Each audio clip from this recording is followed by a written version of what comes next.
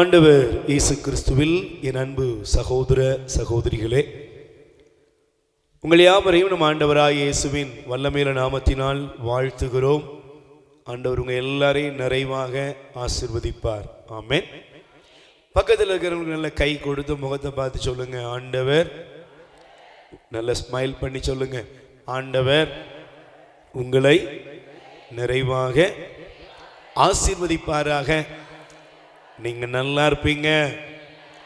உங்கள் மனதில் இருக்கிற எல்லா ஜெப விண்ணப்பங்களுக்கும் ஆண்டவர் பதில் தந்து உங்களை நிறைவாய் ஆசீர்வதிப்பாராக. ஆமென். நல்ல கைகளை வேறு சொல்லுங்க, அல்லேலூயா, பிரைஸ் தி லார்ட். நல்லா இருக்கீங்களா? Very good. நீங்க நல்லா இருக்கணும். ஆண்டவர் உங்களை நிறைவாக எல்லாவற்றிலும் உயர்த்தி உங்களை ஆசீர்வதிப்பார். ஆமென். இந்த நாளிலும் பிரியமானவர்களே, தேவனுடைய வசனத்துக்கு நேராக நாம் கடந்து செல்வோம். 2 தீமோத்தேயு 2ஆம் அதிகாரம் 15வது வார்த்தையை இந்த நாள் தியானத்தின் பகுதியாக நாம் எடுத்துக்கொள்வோம். நீ கடவுள் முன் ஏற்புடையவனாக நிற்க முழு முயற்சி செய். உண்மையின் வார்த்தையை நேர்மையாய் பகுத்து கூறும் பணியாளனாய நீ வெட்கமுற வேண்டியது இல்லை. ஆமென். சொல்லுங்க, அல்லேலூயா. நம்ம நல்லா கவனிக்கணும். கடவுள் நமக்கு ஒரு உன்னதமான அனுபவத்தை கொடுத்திருக்கிறார். என்ன தெரியுமா? யோவான் செய்தி 1 அதிகாரம் 12வது வசனம் சொல்லுகிறது, இயேசு கிறிஸ்துவை யாரெல்லாம் விசுவசித்து ஏற்றுக்கொள்கிறார்களோ அவர்கள் எல்லோருக்கும் கடவுளின் பிள்ளைகளாகும் உரிமையை கடவுள் கொடுக்கிறார். ஆமென். சொல்லுங்க, அல்லேலூயா. அப்ப ஆண்டவராகிய இயேசு கிறிஸ்துவை விசுவசித்து ஏற்றுக்கொள்கிற ஒவ்வொருவருக்கும் கடவுளுடைய பிள்ளை என்ற ஒரு உன்னதமான அனுபவம் கிடைக்கிறது. ஆமென். அதனாலதான் நம்ம மற்ற இந்த உலகத்தில் எத்தனையோ பேர் கடவுளை தேடி பயணித்தாலும் நமக்கு ஒரு பெரிய சுதந்திரம் இருக்கிறது. என்ன இருக்கு தெரியுமா? அப்பா என்று நாம் கூப்பிடுகிறோம். அல்லேலூயா. ஆண்டவரை பார்த்து நம்ம எப்படி கூப்பிடுறோம்? அப்பா, ஆண்டவரே, என் தகப்பனேன்னு நம்ம அவரை கூப்பிடும் பொழுது பைபிள் சொல்லுகிறது, அவர் நம் அருகில் இருக்கிறார். Price the Lord. சொல்லுங்க, அல்லேலூயா. அதனாலதான் ஆண்டவரே சொல்றார், நான் உங்கள் கடவுளாயிருப்பேன், நீங்கள் என் மக்களாக இருப்பீர்கள். இந்த ஒரு உன்னதமான அனுபவத்தில் ஒரு தகப்பனுக்கும் ஒரு பிள்ளைக்கும் உரிய அந்த சிநேகத்தில் தான் நாம கடவுளுடைய இந்த இறை ஆட்சியில் அழைக்கப்பட்டிருக்கிறோம். ஆமென். ஆனா இந்த இறை அனுபவத்தில் வந்துவிட்ட நாம் கத்தோலிக்க திருச்சபையில் தேவதரவிய அனுமானங்களில் பங்கெடுக்கிறோம், ஜெபிக்கிறோம், பல விதத்தில் வழிபாடுகளிலே பங்கெடுக்கிறோம். ஆனால் இந்த பங்கெடுப்பெல்லாம் நம்ம எங்கே கொண்டு போக வேண்டும்? சொல்லுங்க, எங்க கொண்டு போகணும்? எங்க கொண்டு போகணும்? நம்முடைய வாழ்க்கை இம்மைக்கு மட்டும் உரியதல்ல. இந்த உலகத்துல வாழ்ற ஒரு 70 ஆண்டு, ஒரு 80 வருடம் வாழ்ந்துட்டு நம்ம நினைச்சதெல்லாம் செய்துவிட்டு இதெல்லாம் கடவுள் விரும்புவார் அப்படின்னு செய்துட்டு நம்ம ஒரு நாள் வாழ்க்கையை முடிப்போம். கண்டிப்பா ஒரு நாள் சாவீங்களா? சாவீங்க. பக்கத்துல கை கொடுத்து கேளுங்க, சாவீங்களா? சாவப்பட்டியாமணி? இந்த உலகத்துக்கு நீ செத்து போற நாள் ஒண்ணு வரும். நீ விரும்பினையோ நீ விரும்பலையோ ஒரு நாள் கண்டிப்பா என்ன செய்யும்? வரும். நீ என்னதான் எண்ணத்தை சேர்த்து வச்சாலும், நீ என்னதான் உலக காரியத்தை தேடி வச்சாலும், ஒரு நாள் எனக்கு இங்க இருக்கிற எல்லாருக்கும் ஒரு நாள் வருகிறது. அந்த நாள் என்ன நாள்? என்ன நாள்? ஆண்டவரை சந்திக்கிற நாள். கடவுளுடைய அரியணைக்கு முன்பாக நம்ம எல்லாரும் போய் நிற்க போற நாள் வரப்போகிறது. வருமா? சொல்லுங்க, வருமா? வந்தே தீரும். வருமா? Option A, B, C, D எல்லாம் கிடையவே கிடையாது. வந்தே தீரும். அங்க ஜேம்ஸ் நிக்கணும், அங்க இருக்கிற இங்க எல்லாம் உள்ள எல்லாரும் ஒரு நாள் அங்க நிக்கணும். அந்த நாள் எப்படி இருக்கும்? அதுக்குதான் இந்த நாளில் என்னோடும் உங்களோடும் ஆண்டவர் பேசுகிறார். Price the Lord. வாசியுங்கள், தயவு செய்து எடுத்து வாசிப்பீங்களா? நல்ல கவனிக்கணும்னு. மத்தேயு செய்தி 7ஆம் அதிகாரம் 21வது வசனத்தை வாசிச்சாதான் இந்த நாளுடைய இந்த வசனம், நம்ம வாசித்த முதல் வசனம் 2 தீமோத்தேயு 2ஆம் அதிகாரம் 15 நமக்கு புரியும். எப்ப புரியும்னா, இப்ப வாசிக்கிற வசனம் படிங்க பாப்போம். ஆண்டவரே ஆண்டவரே என சொல்பவரெல்லாம் விண்ணரசுக்குள் செல்வது இல்லை. அல்லேலூயா. ஒரு நாள் வருமா? அந்த நாள் வரும் பொழுது நம்ம ஆண்டவருக்கு முன்னால போய் நிற்போம். Price the Lord. நான் நிறைய ஜெபம் பண்ணேன், நான் நிறைய ஜெப கூட்டம் நடத்தினேன், நான் நல்ல பிரசங்கம் பண்ணேன், நான் ஆயிரக்கணக்கான அற்புதம் சொன்னேன், நான் தீர்க்க தரிசனம் சொன்னேன், பெரிய பெரிய மிராக்கிள்லாம் நான் செஞ்சேன். என்ன, இதெல்லாம் நடக்கட்டும், இதெல்லாம் நடக்கும். இயேசுவின் பெயரை சொன்னா பேய் என்ன செய்யும்? ஓடும். இயேசுவின் பெயரை சொன்னா நோயாளிகள் குணமடைவாங்க. இதெல்லாம் நடக்குது. நிறைய நம்ம ஜெபத்தில் பங்கெடுக்கிறோம், ஜெபிக்கிறவங்க இருக்கிறோம், ஜெப கூட்டம் நடத்துறவங்க இருப்போம், எல்லாரும் இருக்கட்டும். ஆனா எல்லாரும் ஒரு நாள் ஆண்டவருக்கு முன்னால் நிற்க போறோம். அந்த நாள் ஆண்டவர் பார்த்து சொல்ல போறோம், ஆண்டவரே ஆண்டவரே என்று நான் உங்களை கூப்பிட்ட ஆண்டவரே, எனக்கு ஞாபகம் இருக்கா? ஜேம்ஸ் வந்திருக்க ஆண்டவரே அப்படின்னு அவரு நான் பார்த்து சொல்றேன். ஆண்டவர் சொல்றாரு, ஏப்பா யார் பத்த பிள்ளைப்பாணி, நீ எங்கிருந்து வந்திருக்க? உன்னை யாருன்னு எனக்கு தெரியாது. ஏங்க, என்னங்க இது கொடுமையா இருக்கு? உடனே சொல்றேன், ஆண்டவரே உங்களுக்கு கொஞ்சம் ஞாபகம் இருக்கா? எத்தனை நேரம் உங்களை பத்தி மக்கள்கிட்ட பேசுறேன் தெரியுமா? என்னெல்லாமோ இறைவாக்கு சொன்ன ஆண்டவரே, என்னெல்லாமோ காரியம் செஞ்சிருக்கேன். நிறுத்து, உன்னை எனக்கு தெரியாது. ஒருவேளை இந்த வசனத்தை இப்படி அழகா பேசிட்டு போயிடலாம், ஆனா அந்த நாள் உங்களுக்கு எப்படி இருக்கும்னு கொஞ்சம் கற்பனை பண்ணி பாருங்க. அந்த நாள் எவ்வளவு ஒரு மோசமான நாள். நீங்க யாருக்காவது போன் எடுத்து உடனே போன் பண்ணி, நீங்க சார் கொஞ்சம் என்னை பத்தி சொல்லுங்க சார் அப்படின்னு சொல்ல முடியுமா? சொல்ல முடியுமா? கொஞ்சம் பயமா இருக்கா? கொஞ்சம் யோசிச்சு பாருங்க. பிஷப், என்னைய பத்தி கொஞ்சம் சொல்லுங்க, சொல்ல முடியுமா? உலகத்தில் உள்ள எந்த உதவியும் இல்லாமல் கடவுளுக்கு முன்பாக நம்ம நிற்கிற அந்த நாள் இருக்கலாம். அங்க யாருடைய ரெக்கமெண்ட் என்ன செய்யாது? செல்லாது. அங்க புனித சூசேப்பர் ஜன்னல்லாம் திறந்துட்டு குதிக்க மாட்டாரு. இப்படி யாராவது கதை சொல்லி கப்சா விட்டுட்டுலாம் அப்படியே நம்மளை கொண்டு போறாங்க, அதெல்லாம் நடக்காது. அங்கிருந்து அந்தோனியார் மேல மெல்ல மேல ஓட்ட பிரிச்சு கீழே இறங்கி, எல்லாம் மக்கா இப்படி வந்துடல அப்படின்னு கூட்டு போவாரு. போவாரா? போவாரா? அதெல்லாம் நடக்காதுக்கா, அதெல்லாம் நடக்காது. எந்த புனிதரும் அந்த ஜட்ஜ்மெண்ட் டேல வந்து உன் பக்கத்தில் என்ன செய்ய போறது இல்லை. இந்த உலகத்தில் வாழும்போது நீ பாவத்தில் விழாதபடியும் மனம் திரும்பவும் கடவுளிடத்தில் வருவதற்காகவுமே பரிந்து பேசுகிறார்கள். நீ இருக்கிற அட்டூழியத்தெல்லாம் பண்ணிட்டு, எல்லாம் முல்ல மாதிரித்தனத்தையும் பண்ணிட்டு, எல்லாம் நீச பாவ செயலையும் செஞ்சுட்டு, நான் அந்தோனியார் பக்தர், ஹலோ ஆண்டனி எங்க இருக்கீங்க? அது பாஜா படத்துல தான் பார்க்க முடியும்.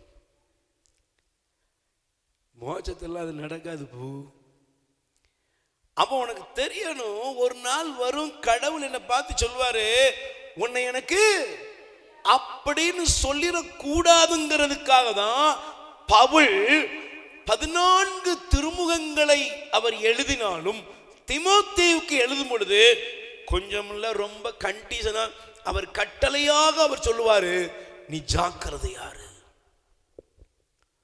நீ எச்சரிக்கையா இருக்கணும். உன்னை சுத்தி இருக்கிறவங்க எப்படி வேணாலும் இருக்கலாம், அது அவங்களுடைய விருப்பம்.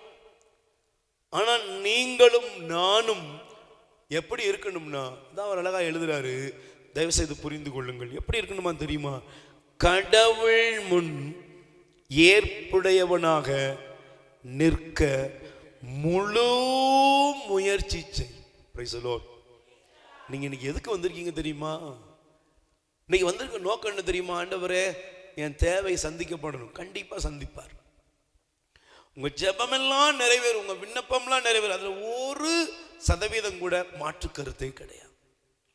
ஆனா அது மட்டும் இல்லப்பா, நீ எதுக்கு வந்திருக்கன்னா, தேவாதி தேவனுக்கு முன்பாக ஏற்புடையவனாக வாழ வேண்டும். கை தட்டுங்க பாப்போம். அப்படின்னா என்னங்க? நான் கடவுளுக்கு உகந்தவனாக, கடவுளுக்கு உகந்தவனாக நான் வாழணும். பக்கத்துல கை குடி சொல்லுங்க, நீ யாருக்கு உகந்தவனா வாழணும்? மாமியாருக்கு, மருமகளுக்கு, எல்லாருக்கும் உகந்தவனா வாழணும். ஆனா எல்லாத்த விட யாருக்கு மேல? ஆண்டவருக்கு உகந்தவளாக, ஆண்டவருக்கு உகந்தவனாக நீங்க என்ன செய்யணும்? வாழணும். Price the Lord. அதனாலதான் பாருங்க, பவுல் அழகாக எழுதுவார். நீங்கள் எடுத்து வாசித்து பாருங்கள். இந்த வார்த்தையை வாசிக்கும் பொழுது தயவு செய்து நீங்கள் எடுத்து வாசிப்பீர்கள் என்றால் நல்லா கவனிச்சு பாருங்க. கொலோசையர் 1ஆம் அதிகாரம் 10வது வசனம் சொல்கிறது, நீங்கள் எடுத்துட்டீங்களாப்பா, நீங்கள் அனைத்திலும் ஆண்டவருக்கு உகந்தவற்றை செய்து அவருக்கு ஏற்புடையவர்களாய் நடந்து கொள்ள வேண்டும். யாருக்கு ஏற்புடையவர்களா சொல்லுங்க? யாருக்கு ஏற்புடையவர்களா? உங்களை சுத்தி இருக்கிறவங்க முன்னால அவங்க இவங்க அதுக்கு ஏத்த மாதிரி இவங்களுக்கு ஏத்த மாதிரி இல்ல. நீ யாருக்கு ஏற்புடையவளாக வாழணும் தங்கச்சி? ஆண்டவருக்கு ஏற்புடையவர்களாக நடந்து கொள்ள வேண்டும். நீங்கள் பயன்தரும் நற்செயல்கள் அனைத்தையும் செய்து கடவுளை பற்றிய அறிவில் வளர வேண்டும். Price the Lord. கைகளை வச்சு சொல்லுங்க அல்லேலூயா. யாரை பற்றி அறிவுல வளரணும்? கடவுளை பற்றிய அறிவில் வளரணும். நம்முடைய வாழ்க்கை பயணத்துடைய முக்கிய நோக்கம் என்னன்னா, வெந்ததை தின்னுட்டு வேகாத துப்பிட்டு போறதுக்கு இல்ல. நம்ம வாழ்க்கையில ஏதோ அந்த உலகத்துல பிறந்துட்டோம், அதனால இருக்கிற வர ஏதோ ஜாலியா இருக்கணும், சந்தோஷமா இருக்கணும், அனுபவிக்க வேண்டியதெல்லாம் அனுபவிக்கணும். அப்புறம் என்ன நடந்தா என்ன, யாரு மோசத்தை பார்த்தா யார் நரகத்தை பார்த்தா, அப்படி வாழ்றதுக்கு உன்னை ஆண்டவர் கூப்பிடல. எதுக்குன்னா, கடவுளுக்கு உகந்த, இறைவனுக்கு உகந்த ஒரு உன்னத வாழ்வுக்கு நாம் அழைக்கப்பட்டிருக்கிறோம். Price the Lord. சொல்லுங்க அல்லேலூயா. நல்ல கைகளை வச்சு சொல்லுங்க அல்லேலூயா. அப்ப நீங்க நல்லா கவனிக்கணும், நான் ஆண்டவருக்கு உகந்தவனாக, ஆண்டவருக்கு உகந்தவளாக என்னுடைய வாழ்க்கையை நான் என்ன செய்யணும்? மாற்றிட்டோம் அப்படி சொல்றது யாருமே இல்லை. ஆனா என்ன செய்யணும்? முழு முயற்சியில் எப்பொழுதும் ஈடுபடணும். Praise the lord. ஏன் இந்த வார்த்தையை பவுல் அவருக்கு சொன்னார் அப்படின்னா, நீங்க நல்லா கவனிச்சு பாருங்க. இந்த வார்த்தையை உங்களுக்கு நல்ல தயவு செய்து நான் காண்பிக்க விரும்புகிறேன். நீங்கள் எடுத்து வாசிப்பீர்கள் என்றால் 1 கொரிந்தியர் 9ஆம் அதிகாரத்திலே 27வது வசனத்தை நான் உங்களுக்கு காண்பிக்கிறேன். வாசியுங்கள். 1 கொரிந்தியர் 9ஆம் அதிகாரம் 27வது வசனம் வாசிங்க. பிறருக்கு நற்செய்தியை அறிவிக்கிற நானே தகுதியற்றவனாக மாறிவிடாதவாறு என் உடலை அடக்கி கட்டுப்படுத்துகிறேன். சொல்லுங்க அல்லேலூயா. நீங்க நல்லா கவனிக்கணும். ஏதோ நம்ம பக்தி பரவசம் அப்படியே வந்து வானத்திலிருந்து கடவுள் இறங்கி வர்றதெல்லாம் எனக்கு தெரியுது, என்னெல்லாமோ தெரியுது, எல்லாம் தெரியட்டும். பவுல் சொல்றாரு, எப்பாங்க வாங்க, நற்செய்தியை அறிவிக்கக்கூடிய நானே தகுதியற்றவனாக மாறிவிடாதவாறு. அப்போ ஒண்ணு தெரியணும். என்ன தெரியணும்? நற்செய்தியை அறிவிக்கிறவனும் கூட, ஹலோ, நற்செய்தியை அறிவிக்கிறவன் கூட தகுதி அற்றவனாக மாற முடியும். பக்கத்துல கை கொடுத்து சொல்லுங்க, நிக்கிற நீங்க விழவும் முடியும். உங்களுக்கு தெரியணும், நிக்கிறீங்கன்னு நினைச்சுக்கிட்டு இருக்காதீங்க. நின்னுக்கிட்டு இருக்கும் போதே விழுந்துருவோம் நம்மள அறியாமலே. சில நேரத்துல பைக்ல நம்ம போயிட்டு இருப்போம், நம்ம பைக் ஸ்டாண்டு போட்டோம் நினைச்சுக்கிட்டு கெத்தா பேசிக்கிட்டு இருப்போம், பொசுக்குன்னு கீழே விழுந்துருவோம். விழமாட்டோன்னு தான் சார் நின்று என்ன செஞ்சுட்டேன், விழுந்துட்டா சார். நாங்க ரொம்ப பக்தி தாங்க, நாங்களாம் பாவமே செய்ய மாட்டோம் அப்படின்னு சொல்றதுக்கு ஒருத்தரும் இல்லை. உனக்கு எப்பவும் தெரியணும், நீங்களும் சரி நாங்களும் சரி, என்னை சேர்த்த சொல்றேன், நாம நிற்கிறேன் என்று நினைக்கிறவன் விழாதபடி எச்சரிக்கையாய் இருப்பானாக. ஆமென். சொல்லுங்க அல்லேலூயா. அப்ப நீங்க நல்ல கவனிக்கணும். ஏன் இந்த வார்த்தையை அவர் கவனிக்கிறார்னா, அதை மீண்டும் வலியுறுத்துகிறார்னா, நிற்கிற நாம், நாம திடமா இருக்கிறோம் நினைக்கிற நாம், நற்செய்தி அறிவிக்கிற நாம், அப்பா தந்தையே என்று கடவுளை கூப்பிடுறன்னா, ஒருவேளை எந்த இடத்திலாவது தகுதியற்றவனாய் மாறிவிடாதவாறு நான் என்ன செய்கிறேன், என் உடலை அடக்கி ஆளுகிறேன். ஏன் இப்படி எழுதினாரு சொல்லுங்கப்பா? ஏன் இப்படி எழுதுறாரு? ஏன் பவுல் என்ன மனுஷங்க இருந்தால் எப்படிப்பட்ட அவர் சவுலாக இருக்கும் போதே அவர் கெத்தா இருந்த மனுஷங்க. சவுலாக இருக்கும் போதே அவர் சொல்றாரு, அவருக்குள்ள இருந்த அந்த வீரியம், அவருக்குள்ள இருந்த அவருடைய திருச்சட்டத்தை கடைபிடிக்கிற விதம், இதெல்லாம் அந்த மனுஷன் அவனுக்குள்ள வைராக்கியம் எவ்வளவு இருந்தது. ஆனா அப்படிப்பட்ட ஒரு உன்னதமான தேவன் தொடுதலை பார்த்து ஆண்டவருடைய மகிமையை கண்ட அந்த மனுஷன் சொல்றாரு, நான் என்னையே அடக்கி ஆளுகிறேன். Price the Lord. பக்கத்துல கை கொடுத்து சொல்லுங்க, நீங்க ரொம்ப ஜாக்கிரதையா இருக்கணும். நீங்க எப்படி இருக்கணும் சொல்லுங்க, நீங்க எப்படி இருக்கணும்? நான் என்னைய பார்த்து நான் சொல்லிக்கிறேன், ஜேம்ஸ் எப்பா நீ எப்படி இருக்கணும்? ரொம்ப ஜாக்கிரதையா இருக்கணும். ஏன் அவர் சொல்றாரு, நான் சுத்தமான எபிரேயன், திருச்சட்டத்தின்படி நியாயப்பிரமாணத்தின்படி நான் பரிசுத்தவான், இப்படியெல்லாம் சொன்ன ஒரு நபர் சொல்றாரு, எப்பா ரொம்ப கவனமா இருக்கணும் சாமி. ஏன் தெரியுமா? பவுல் இதை குறிப்பிட்டதற்கு ஒரு காரணம் இருக்கிறது.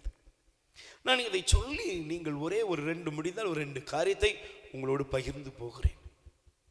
முதலாவது பாருங்க, ரோமர் 7ஆம் அதிகாரம் நீங்கள் எடுத்துக்கொள்ளுங்கள். ரோமர் 7ஆம் அதிகாரத்தை எடுத்துக்கிட்டீங்கன்னா, இந்த ரோமர் 7ஆம் அதிகாரத்தில் பவுல் ஒரு தன்னுடைய அனுபவத்தை, வேற யாருடைய அனுபவத்தை அவர் எழுதல, தன்னுடைய அனுபவத்தை அவர் சொல்லுகிறார். 15வது வசனத்தை எடுத்து வாசிக்கலாம். வாசிங்க, ரோமர் 7ஆம் அதிகாரம் 15வது வசனம். நல்ல கவனிங்க. நான் செய்வது என்னவென்று எனக்கே தெரியவில்லை. Price the Lord. சொல்லுங்க அல்லேலூயா. இன்னைக்கு நிறைய பேர் சொல்ற வார்த்தை என்ன சொல்லுங்க? எல்லாரும் ஜபிக்கிறவங்க, ஜபிக்காதவங்க, ஆன்மீகத்தில் இருக்கிறவங்க, இல்லாதவங்க, வழி நடத்துறவங்க, எல்லாரும் சொல்றது ஒரே ஒரு காரியம் என்ன சொல்லுங்க? என்ன சொல்றாங்க? நான் என்ன செய்யறேன்னு எனக்கு. இங்க இருக்கிற எல்லாரும் இந்த கேட்டகரிக்குள்ள தான் இருக்கிறோம். நான் என்ன செய்யறேன்னு எனக்கே தெரியல. எங்க இருக்கிற நம்மில் எத்தனையோ பேர் ஆண்டவர்கிட்ட வர்றோம், அவருடைய சமூகத்தில் இருக்கிறோம், பைபிள் வாசிக்கிறோம், நல்ல ஜெபங்கள்ல பங்கெடுக்கிறோம். ஆனா இன்னைக்கு வர சொல்ற ஒரே ஒரு வார்த்தை என்ன தெரியுமா? நான் என்ன செய்யறேன்னு எனக்கே தெரியல. ஏன் அப்படி எழுதுறாருன்னா, அவர் சொல்றாரு, நான் படிக்கீங்களா, நான் என்ன செய்வதென்று எனக்கே தெரியல. எதை செய்ய விரும்புகிறேனோ அதை நான் செய்வதில்லை, எதை வெறுக்கிறேனோ அதையே நான் செய்கிறேன். எதை செய்யக்கூடாதுன்னு நினைக்கிறேனோ அதை தான் நான் என்ன செய்கிறேன். எதை செய்யன்னு நினைக்கிறேனோ அதை என்னால செய்ய முடியல. எல்லாருடைய வாழ்க்கையிலுமே இந்த ஒரு மாதிரி பரிதாபமான நிலைமையில தான் பயணிச்சுக்கிட்டு இருக்கிறோம். ஆனா வெளியே நிறைய மறைச்சிருக்கிறோம், வெளியே நிறைய பக்தி வேஷம் போட்டிருக்கிறோம். Price the Lord. சொல்லுங்க அல்லேலூயா. சத்தமா சொல்லுங்க அல்லேலூயா. அப்ப நான் எதை செய்ய விரும்புகிறேனோ அதை, எதை செய்யக்கூடாது என்று நினைக்கிறேனோ, நீங்க நல்லா கவனிச்சு பாருங்க. நான் உங்களுக்கு வேதத்திலிருந்து அழகான ஒரு நபரை உங்களுக்கு காண்பிக்கிறேன். பவுலை நீங்க வைத்துக் கொள்ளுங்கள். இயேசுவோடு கூட பயணித்தவர் Seemon. Praise the lord. Rayappar Pethuru. Yesu கிறிஸ்துவை ஆண்டவர் பார்த்து அழகான ஒரு வார்த்தை சொன்னாரு. நான் யார் என்று நீங்கள் சொல்லுகிறீர்கள்? ஆண்டவர் கேள்வி கேட்டாரா? உடனே சீமோன் பேதுரு என்ன சொன்னாரு? ஆண்டவரே, நீர் தான் மெசியா, கடவுளுடைய மகன். ஆண்டவரை ஏற்று எவ்வளவு உன்னதமா, நீர் கடவுளுடைய குமாரன், நீர்தான் மெசியா என்று அறிக்கையிட்ட சீமோன் பேதுரு. ஒரு நாள் இந்த சீமோனை பார்த்து ஆண்டவர் ஒரு வார்த்தை சொன்னார். கவனிக்கணும் சிஸ்டர், பிரதர், நீங்க கவனிக்கணும். தேவ பிள்ளைகள் நீங்க நல்லா கவனிக்கணும். எப்பவுமே ரொம்ப ஜாக்கிரதையா இருக்கணும். என்ன சொன்னார் தெரியுமா? லூக்கா நற்செய்தி எடுத்து வாசியுங்கள் தயவு செய்து. லூக்கா நற்செய்தியில ஆண்டவர் இந்த சீமோனை பார்த்து ஒரு வார்த்தையை அற்புதமா சொல்றாரு. நீங்க வாசித்து பாருங்க. இந்த வார்த்தையை நான் எப்பொழுதும் நான் அப்படியே சிந்தனைக்குள்ள எடுத்துக்கொள்வேன். 31வது வசனத்தை எடுங்க, 31, 32 படிங்க. சீமோனே சீமோனே, லூக்கா 22ல 31, 32 படிப்பா. சீமோனே சீமோனே 22, லூக்கா 22, 31, 32. இதோ கோதுமையை போல் உங்களை புடைக்க சாத்தான் என்ன கேட்டிருக்கான்? சொல்லுங்க, சாத்தான் என்ன கேட்டிருக்கான்? அனுமதி கேட்டு. கோதுமையை புடைக்கிற மாதிரி உன்னை புடைக்கிறதுக்கு சாத்தான் என்னிடத்துல அனுமதி வாங்கிட்டான்பா, அனுமதி கேட்டிருக்கான். அடுத்து அனுப்பிச்சுறாரு, நீ இந்த அனுமதி கேட்டான் படிங்க. ஆனால் நான் உனது நம்பிக்கை தளராதிருக்க உனக்காக மன்றாடினேன். நீ மனம் திரும்பிய பின் உன் சகோதரர்களை உறுதிப்படுத்து என்றார். சொன்னது யாரு? சொன்னது யாரு? கடவுள். சொன்னது யாரு? நீங்க அப்படியே சொல்லுவீங்க, கடவுளுங்க. இரண்டாம் ஆளாகிய சுதனாகிய சர்வேஸ்வரன் இயேசு சாமி சொல்றாரு, எப்பா உன்னை பத்தி உனக்கு ஒரு நிலைமை வரப்போதியா. அந்த நாள் எப்படி இருக்கும்னா, கோதுமையை புடைக்கிற மாதிரி உன்னைய புடைக்கிறதுக்கு சாத்தா ஏன்ட்டே வந்து இவன்லாம் உனக்கு பிரியமா வாழ்வா நினைச்சுக்கிட்டு இருக்கியா? என்ன கதை விட்டுக்கிட்டு இருக்கிறான் இவனை பத்தி நான் உனக்கு காமிக்கிறேன். ஆண்டவர் கொஞ்சம் எப்பா நீ என்ன செய், உறுதியாரு. அதுக்கு பின்னால மனம் திரும்பிய பின்னால உன் சகோதரர்களை உறுதிப்படுத்து.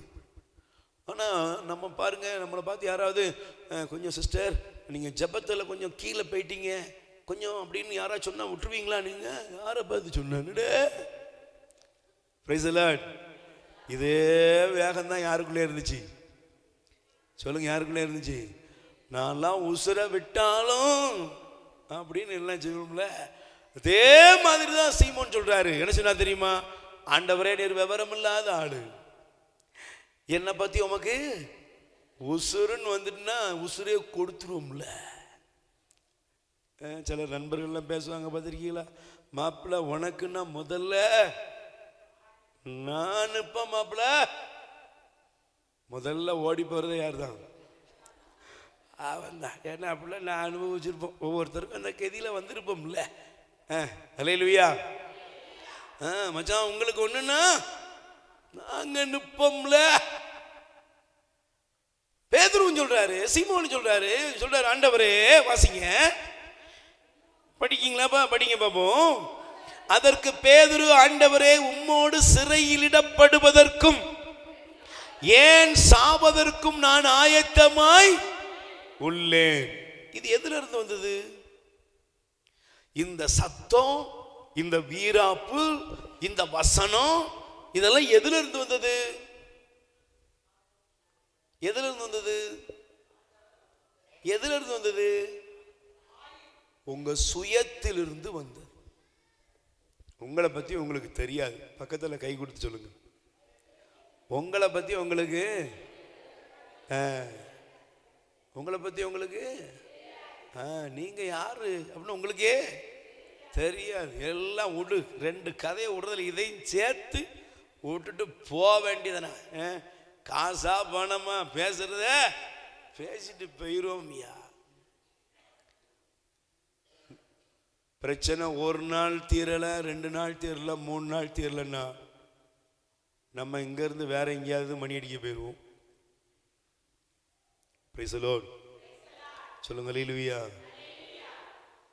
சீமோன் ஆண்டவருடைய தொடுதலால் பேசல. சீமோன் கடவுளுடைய அந்த கிருபையை அனுபவித்தவன் பேசல, தன் சுயத்தினால பேசினாரு. என்னங்க, உசுரே போனாலும் நான் உமக்காக நிற்பேன். நம்மிலும் பல பேர் கடவுளுக்காக உண்மையா வாழணும், ஆண்டவருக்கு பிரியமா வாழணும் அப்படின்னு முடிவெடுப்போம். எடுப்போமா? சொல்லுங்க, எடுப்போமா? சத்தமா சொல்லுங்க, எடுப்போமா? இங்க இருக்கிற எல்லாருக்கும் ஆசை தான். எல்லாருக்கும், யாருக்குமே ஆண்டவருக்கு பிரியமா வாழணும்னு ஆசை இல்லாமலாம் இருக்குது. குடிக்க கூடாதுன்னு அவங்க வீட்டுக்காரர் நினைக்காரு. இங்க இருக்கிற எல்லாருக்கும் ஆசை தான். ஆனால் என்ன நடக்குது அப்படின்னா, நாம் நம்முடைய சுய பலத்தினால் ஒரு நாளும் கடவுளுக்கு உகந்தவர்களாக வாழவே முடியாது. உங்க சுய பலத்தால், உங்களுடைய சுய திட்டத்தினால் நீங்கள் ஒரு நாளும் தேவனுக்கு உகந்த வாழ்க்கை வாழ முடியாது. நல்லா புரிஞ்சுக்கோங்க. ஏன்னா உங்கள் இயல்பு, பக்கத்தில் கை கொடுத்துக்கோங்க, உங்க இயல்பு எதுல இருக்கு தெரியுமா? உங்க இயல்பு எதுல இருக்குது? பாவத்தில் இருக்கிறது. உங்க இயல்பு எதுல இருக்கு சிஸ்டர்? உங்க இயல்பு எதுல இருக்கு? உங்களுக்குள்ள ஒரு பாம்பு படுத்து தூங்கிக்கிட்டு இருக்குது. அது பிரச்சனைன்னு வந்துட்டுன்னு வச்சுக்கோ, அது வரும் பாரு. அது கொஞ்சம் சைலண்டா இருக்கு. அல்லேலூயா, அல்லேலூயா, ஸ்தோத்திரம், ஸ்தோத்திரம், ஸ்தோத்திரம். அமைதியா காலை மிதிக்காத வர ஸ்தோத்திரம்.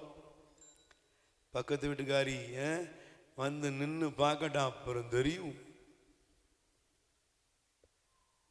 பிரச்சனை வராதவர் ஸ்தோத்திரம் தான். பிரச்சனை வராதவர நானும் உசுர கொடுப்பேன் தான். பிரச்சனை வராதவர இந்த இழி உணர்ச்சிகளும், இந்த இழிவான ஊனியல்பின் நாட்டமாய பாவத்தின் கருவூலங்களும் சைலண்டா இருக்கும். அது ஒன்னும் அது பாதிக்கவே பாதிக்காது. அதுக்கு மேல எல்லாம் பேசும், பிரசங்கம் பேசும், கேட்கும், எல்லாம் சொல்லும். ஆனா உள்ள என்ன இருக்குன்னா, அதான் பவுல் எழுதுறாரு, எனக்கு செய்ய வேணும்னு நினைச்சதை முடியல, செய்யக்கூடாதுங்கிற செய்யறேன். ஏன் தெரியுமா? நான் பாவத்திற்கு அடிமையாக விற்கப்பட்டவன். எதுக்கு அடிமையா விற்கப்பட்டவன்? சொல்லுங்க, நீங்க எதுக்கு அடிமையா விற்கப்பட்டங்க? இங்க இருக்கிற ஒவ்வொரு மனிதனும், நாம ஒவ்வொருவரும் எதற்கு அடிமையாக விற்கப்பட்டிருக்கிறோம்? பாவத்துக்கு அடிமையா இருக்கிறோங்க. பாவம் நம்மளை ஆட்கொள்கிறது. பாவத்துக்கு நாம் அடிமைப்பட்டவர்களாக வாழ்ந்துகிட்டு இருக்கோம். பாவத்துக்கு அடிமையாக இருப்பதுனாலதான் பாருங்க, நம்ம என்னதான் நம்ம உபதேசங்கள் கேட்டா கூட எல்லாரும் சர்ச்சை விட்டு விழுந்து போகும்போது இந்த வசனத்தையும் விட்டுட்டு போயிருந்தோம். அல்லேலூயா. அதனாலதான் பாருங்க, அழகாக யாக்கோபு எழுதுவாரு. நீங்கள் வாசித்து பாருங்களேன், என்னையும் சேர்த்துதான் இந்த வார்த்தையை நான் எடுத்துக்கொள்ள விரும்புகிறேன். யாக்கோபு முதல் அதிகாரத்திலே நீங்கள் தயவு செய்து வாசிப்பீர்கள் என்றால் வாசிங்க. 22ஆம் வசனத்தை பாருங்க. இறை வார்த்தையை கேட்கிறவர்களாக மட்டும் இருந்து உங்களை ஏமாற்றிக் கொள்ள வேண்டாம், அதன்படி நடக்கிறவர்களாகவும் நீங்க இருக்கணும். சொல்லுங்க, பக்கத்துல கை கொடுத்து கேளுங்க. கேட்கிறவங்களா நீங்க நடக்கிறவங்களா? கேட்கிறதுக்கு கூட்டம் கொஞ்சமா நிறையவா? நிறைய. எல்லாரும் கேட்கிறாங்க, எல்லாருமே கேட்கிறாங்க. கேட்கிற எல்லாரும் தான் சொல்றோம், ஆண்டவரே ஆண்டவரே ஆண்டவரே ஆண்டவரே. ஆனா ஆண்டவர் கேட்காரு, கேட்டியப்பா, நடந்தியா? நடந்தியா? இன்னைக்கு தேவை கேட்கிறவர்களை விட கேட்டதை கேட்டபடியே நடக்கிறவர்கள் தான் தேவை. Price the Lord. சொல்லுங்க அல்லேலூயா. நல்ல கைகளை உயர்த்தி சொல்லுங்க அல்லேலூயா. அப்ப நீங்க நல்லா கவனிக்கணும். பாவத்திற்கு அடிமையா இருக்கிற ஒருவன், பாவத்திற்கு அடிமையாக விற்கப்பட்டிருக்கிற ஒருவன் கண்டிப்பாக தேவனுக்கு உகந்ததை செய்யவே முடியாது. நீ பாவத்துக்கு அடிமையா இருக்கிறவரை, அதனாலதான் பைபிள் சொல்லுது, யோவான் 8:34 சொல்லுகிறது, பாவம் செய்யும் எவரும், சொல்லுங்க எதுக்கு அடிமை? பாவத்திற்கு அடிமை. சத்தமா சொல்லுங்க. பாவம் செய்கிற எல்லா மனுஷனும் எதற்கு அடிமையா இருக்கிறான்? பாவம் செய்கிற எல்லாரும் எதுக்கு அடிமை? பாவத்துக்கு அடிமைங்க. நீங்க சில வாரங்களுக்கு முன்பாக பார்த்திருப்பீங்க, ஒரு நர்சிங் படிச்ச ஒரு மாணவி, அவள் ஒரு ஹாஸ்பிட்டல்ல போய் ஒரு ஃபர்ஸ்ட் இயர் அந்த ஒரு சின்ன முடிச்சுட்டு போய் ஒர்க் பண்றா. ஒருவனோடு அவளுக்கு தகாத உறவு ஏற்படுகிறது. அந்த தகாத உறவு, தீய பழக்கம், அது அவளை அதே பிராக்டிக்கல்ல கொண்டு போகுது. அதுக்கு அவளை அடிமையாகிறா. ஆனா அவளுடைய பெற்றோர், அவளுடைய சகோதரன் அவள் மேல ரொம்ப அன்பு வச்சிருக்காங்க. ஆனா பாருங்க, அப்பா அம்மாவுக்கு இந்த தகவல் தெரிய வருது. தெரிய வந்த உடனே அப்பா அம்மா அவளை கண்டிக்கிறாங்க. டேய், அவனுக்கு ஏற்கனவே மேரேஜ் ஆகி அவனுக்கு ஒரு குழந்தை இருக்கு, இது தப்பான ஒரு காரியம், அந்த குடும்பத்துக்கு நீ துரோகம் பண்ற. ஆனா அவ சொன்னா, எனக்கு நீங்க யாருமே முக்கியம் இல்லை, எனக்கு அவன் தான் முக்கியம். கடைசியில் பாருங்க, பாவத்துக்கு ஒருவன் அடிமைத்தனப்படும் பொழுது என்ன ஆகுறது? அந்த தாயும் தகப்பனும் அவன் மேல அன்பை காட்டுறாங்க, ரொம்ப காட்டுறாங்க, அன்பை நேசத்தை காமிக்காங்க. ஆனா அவன் மாறுற மாதிரில. ஒரு நாள் அவ ஐடியா பண்றா. என்ன பண்ணா? தன்னுடைய மருத்துவமனையில வேலை செஞ்ச மருத்துவமனையில அவள் மயக்க ஊசியை அவள் கொஞ்சம் கொஞ்சமா சேகரித்து வைக்கிறாள். கவனிக்கணும், பாவம் எங்கே கொண்டு போகும்? நல்லது செய்ய விரும்பினாலும் உன்னால் நல்லது செய்ய முடியாது. உட்கார்ந்து அப்புறம் யோசிச்சாலும் அதனால ஒரு பிரயோஜனமும் இல்லை என்பதை நான் உனக்கு காண்பித்து கொடுக்க விரும்புகிறேன். அல்லேலூயா. நல்லா கவனிங்க. அவ யோசித்து பார்க்கிறா. மெல்ல மெல்ல டாக்டர்கிட்ட, சார் எங்க அம்மாவுக்கு எங்க அப்பாவுக்கு சொல்லி கொஞ்சம் கொஞ்சமா அந்த மருந்துகளை சேகரிக்கிறார். ஒரு முடிவெடுக்கிறா. இவன் எனக்கு வேணும்னா இவங்க இருக்க கூடாது. வீட்டுக்கு வர்றா. என்னம்மா சீக்கிரமா வந்துட்டேன்? இல்லம்மா, நீ இன்னைக்கு உனக்கு உடம்புக்கு சரியில்லைன்னு சொன்னேன், அதனால நான் உனக்கு உதவி செய்யறேன் அப்படின்ட்டு என் டாக்டர்கிட்ட ஒரு சின்ன ஊசி வாங்கினேன், அந்த மருந்து எடுத்தேன். நீ மருந்து அவர் கேட்டு வாங்கினேன். அவர் சொன்னார், இந்த மருந்தை போட்டால் அவங்க அம்மாவுக்கு எல்லாம் சரியாயிரும். அம்மாவுக்கு மருந்தை செலுத்துறா, அம்மா படுத்துருதா. அளவுக்கு அதிகமான அந்த மருந்து கொடுத்தனுடைய விளைவு அம்மா இறந்து போகிறாள். எனக்கு உண்மையிலே இதை படிக்கும் பொழுது இருதயத்தில் பெரிய வலி. ஆனா அதை விட பயம். அம்மா இறந்துட்டா. அம்மாவுக்கு இந்த இன்ஜெக்ஷன் போட்டா இறப்பான்னு தெரியுது, செத்துட்டா. செத்த பின்னால அவள் படுத்துட்டு இருக்கா. அம்மா படுக்க வச்சிருக்கா. படுக்க வச்சு அந்த பெட்ல இருக்கிறா. அப்பா ஆபீஸ்ல இருந்து வேலையில இருந்து வர்றார். பகல்ல மத்தியான சாப்பாட்டுக்கு வர்ற அப்பா கேட்காரு, அம்மாவுக்கு என்னம்மா உடம்புக்கு? இல்லம்மா, இல்ல அப்பா, அம்மாவுக்கு நான் மருத்துவர்கிட்ட இந்த ஊசி வாங்கிட்டு வந்து கொடுத்தேன். நீங்க உங்களுக்கும் கழுத்து வலின்னு சொன்னீங்களாப்பா, அதுக்கும் டாக்டர் இந்த மருந்து கொடுத்துருக்கிறாரு, உட்காருங்கப்பா, சாப்பிட்றக்க முடியாது போட்டுக்கோங்க அப்புறம் அப்படின்னு சொல்லி தகப்பனுக்கும் அதே இன்ஜெக்ஷனை ஏத்துறான். தகப்பன் இறந்து போகிறான். ஏங்க, எனக்கு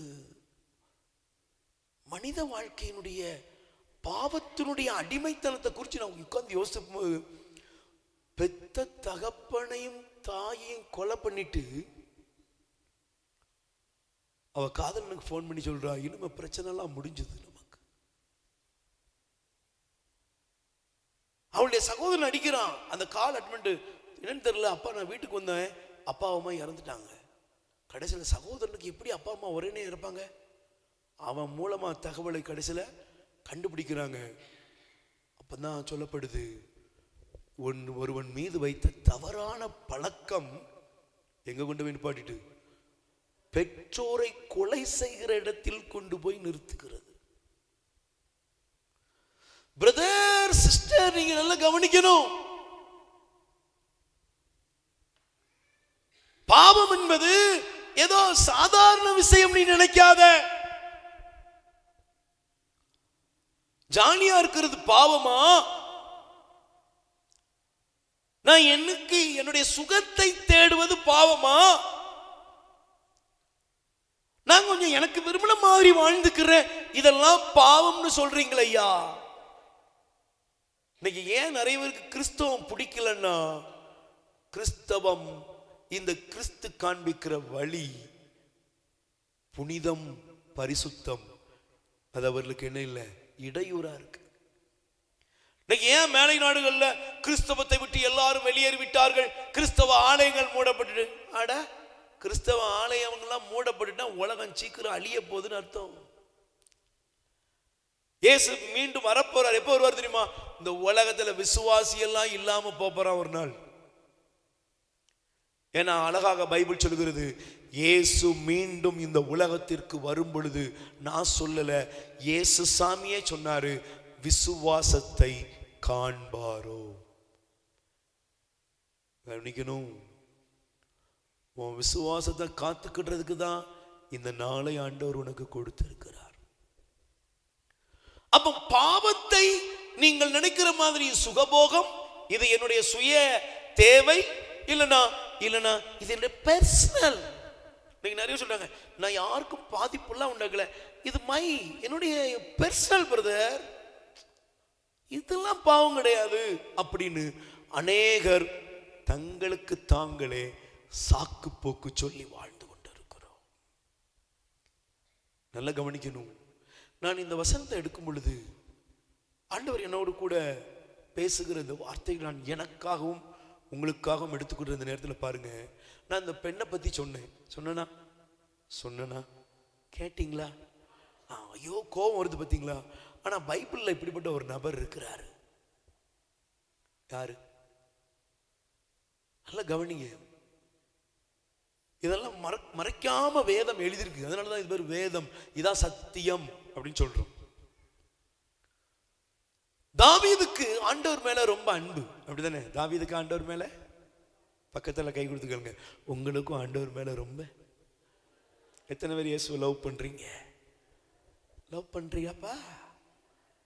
என்னப்பா லவ்ங்கிற? அவரை தான் லவ் பண்ணு, அவரை அன்பு பண்ணு, அவரை அன்பு செய், அவரை நேசி. தாவீதுக்கு ஆண்டவர் மேல அன்பு. எவ்வளவு அன்பு! சங்கீதம் 18 முதல் வசனத்தை நீங்க எடுத்து வாசிங்கன்னா தெரியும். வாசிக்கிறீங்களா? என் ஆற்றல், படிக்கிறியாப்பா? சங்கீதம் திருப்பாடல் 18:1 வாசிக்க பாப்போம். வாசியா? என் ஆற்றலாகிய ஆண்டவரே, உம்மிடம் நான் என்ன சொன்னாரு? சிஸ்டர் சொல்லுங்க, என்ன சொன்னாரு?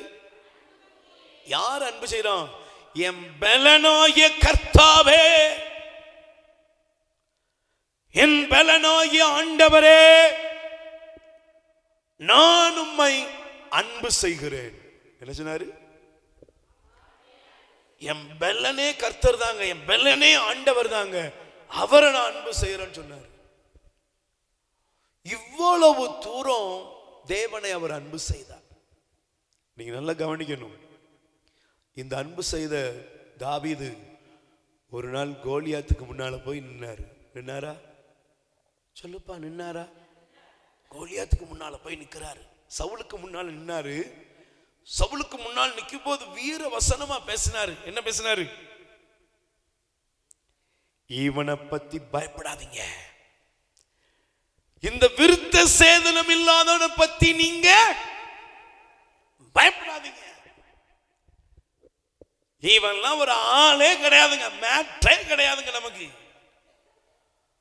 இவன் என்னங்க கோலியாத்து முன்னால போய் நின்று கோலியாத்து சொன்னா, டே சுண்ட காப்பையில என்ன நாய் நினைச்சியாடா? என்னடா கல்லோட கவனோட வந்திருக்கிற, குச்சியோட வந்திருக்க? நான் யார் தெரியுமா? தாவீது ரொம்ப அழகா சொல்றாரு, என் ஆண்டவர், என் கடவுள்.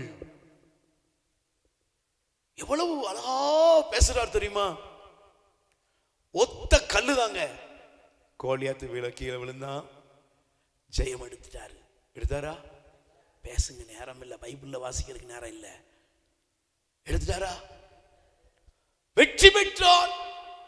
போன இடம் யுத்தம், ஆயிரக்கணக்கான பேர தேவனுடைய பெயரால் ஜெயித்தார். அதனாலதான் பெண்கள் சொன்னாங்க, சவுல் கொன்றது 1000, தாவீது கொன்றது வெற்றி.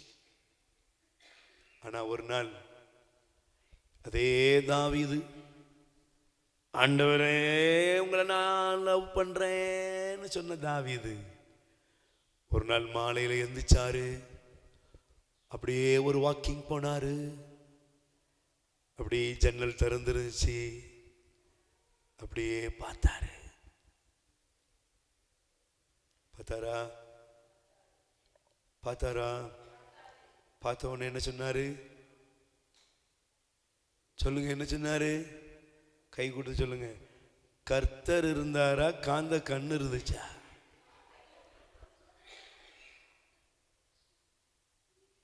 கர்த்தர் இருந்தாரா, கட்டழகு மேனியானவள் தெரிந்தாளா? யாருங்க தெரிஞ்சா? எங்க தாவீதே, நீ சவுல் முன்னால தைரியமா பேசுனியப்பா. ஒரு கோலியாத்துக்கு முன்னால, அப்படிப்பட்ட ஒரு பயங்கரமான அசுரனுக்கு முன்னால கர்த்தர், தேவன், ராஜாதி ராஜா, ஆண்டவர் என்னெல்லாம் பேசுனியப்பா. இப்போ உன் கண்ணு எங்க போயிட்டு தெரியுமா? உன் கண்ணு எங்க கொண்டு போயிட்டு தெரியுமா? உன் கண்ணு ஆண்டவர் நோக்கி கொண்டு போல, உன் இழிவான உணர்ச்சியோடு அது சம்பந்தப்பட்டுட்டு. பக்கத்தில் கை குடி சொல்லுங்க, வெளியே இருக்கிறதெல்லாம் ஜெயிச்சிடலாம், உள்ளதான் ஜெயிக்க முடியல.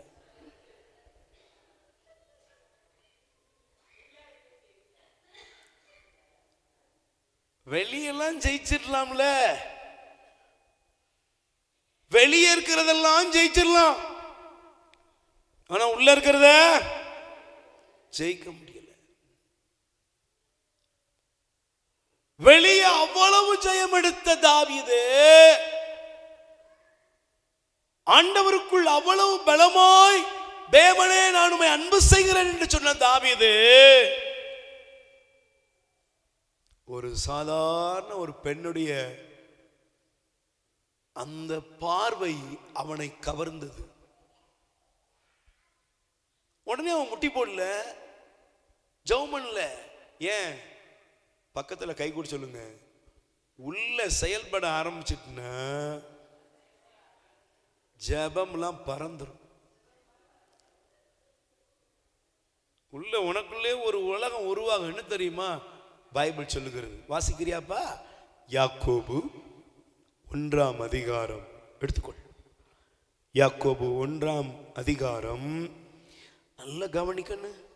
14வது வசனத்தை படிங்க. 15 படிப்பா, அப்பதான் உனக்கு புரியும். 14 படி. ஒவ்வொருவரும் தம் சொந்த தீய நாட்டத்தினாலேயே சோதிக்கப்படுகின்றனர். அது அவர்களை கவர்ந்து மயக்கி. 3 காரியம் முதல்ல நமக்குள்ள நடக்கும். என்ன நடக்கும்? பாவத்தினுடைய கிரியேஷன் அது எப்படி இருக்கும்? உங்களுக்கு என்ன கொண்டு வரும்? அது என்ன படைப்பாற்றல உருவாக்குது? முதல்ல உங்களை கவரும். சொல்லுங்க, என்ன செய்யும்? சத்தமா சொல்லுங்க. உங்களை என்ன செய்யும்? உங்களை என்ன செய்யும்? கவரும். கவர்ந்து. ரெண்டாவது என்ன செய்யும்? பேசினாலும் அதை பத்தி தான் பேசுவீங்க, நின்னாலும் அதை பத்தி தான் பேசுவீங்க, உட்கார்ந்தாலும் அதை பத்தி தான் பேசுவீங்க. கனவுலையும் வரும், நினைவுலையும் வரும், சாப்பிட்டாலும் வரும். வருதில்ல? சிலருக்கு வருதில்ல, சிலருக்கா பலருக்கா, எல்லாருக்கும் இப்ப அது வந்துட்டு. சாவ போற கிழவிக்கு கூட இப்ப அது வருது. கவர்ந்து. பாவம் உன்னை என்ன செய்யுது? பாவம் உடனே வந்துருமா? பாவம் உடனே வருமா? அழகாக சீராக்கள் எழுதுவார்ல, பாம்பை கண்டு ஓடுவது போல பாவத்தை கண்டு பாம்பை கண்டா ஓடிடுவோம். அப்படிதானே? சொல்லுங்க. பாவம் பாம்பு மாதிரி வருதா? இன்பமா வரும். பாவம் எப்படி வரும்? ஒரே நாள்ல யாரும் ஒரு பாட்டில், ஒரு ஃபுல் பாட்டில் குடிச்சிருக்கானா எந்த குடிகாரனாவது? தண்ணி ஊத்தி குடிப்பாங்களா? ஊத்தி குடிக்கியா? உமக்கெல்லாம் தெரியலையப்பா. அனுபவமா இல்லையே. நான் அன்னைக்கு ஒரு அம்மாட்ட பேசிட்டு அந்த அம்மா சொன்னிச்சு, என் பிரதர் என் வீட்டுக்காரர் வெளியெல்லாம் போய் குடிக்க மாட்டார், வீட்டிலே தான் குடிப்பார். ஏம்மா அப்படின்னு.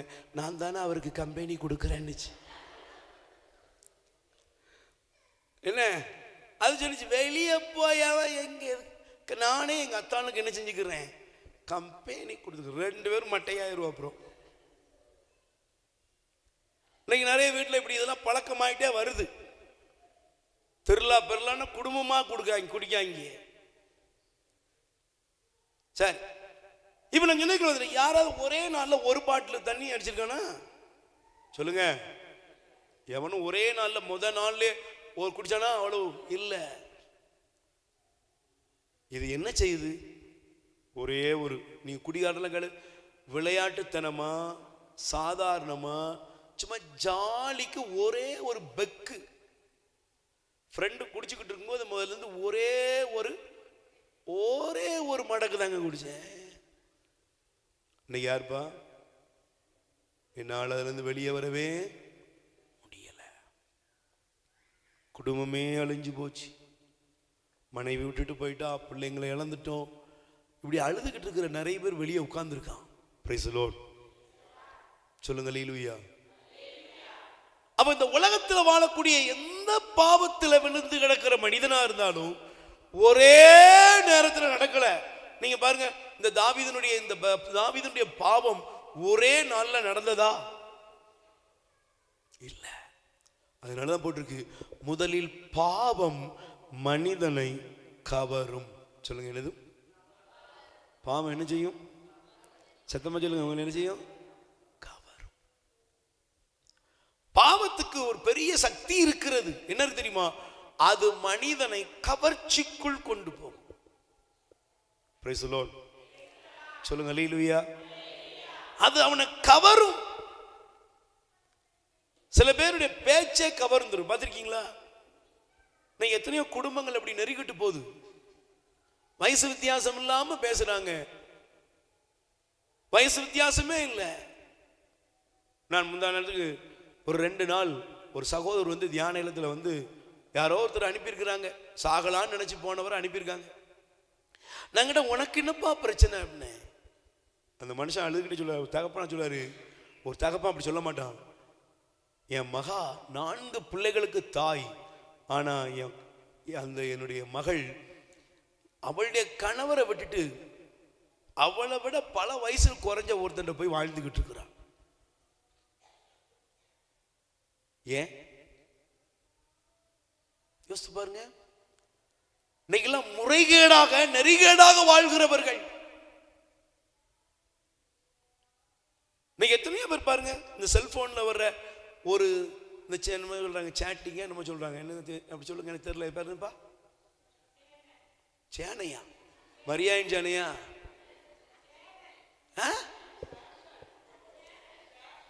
என்னையா கிளவிகள்லாம் பதில் சொல்லுதியா?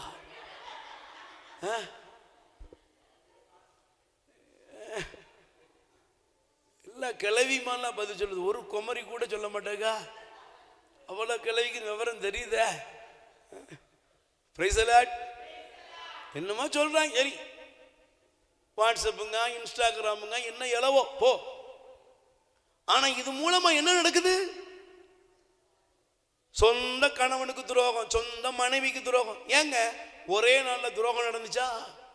சும்மா தாங்க டைப் பண்ணேன், சாப்பிட்டீங்களா, நல்லா இருக்கீங்களா, உங்களை ஒரே ஒரு முறை பார்க்கணும் போல இருக்குங்க.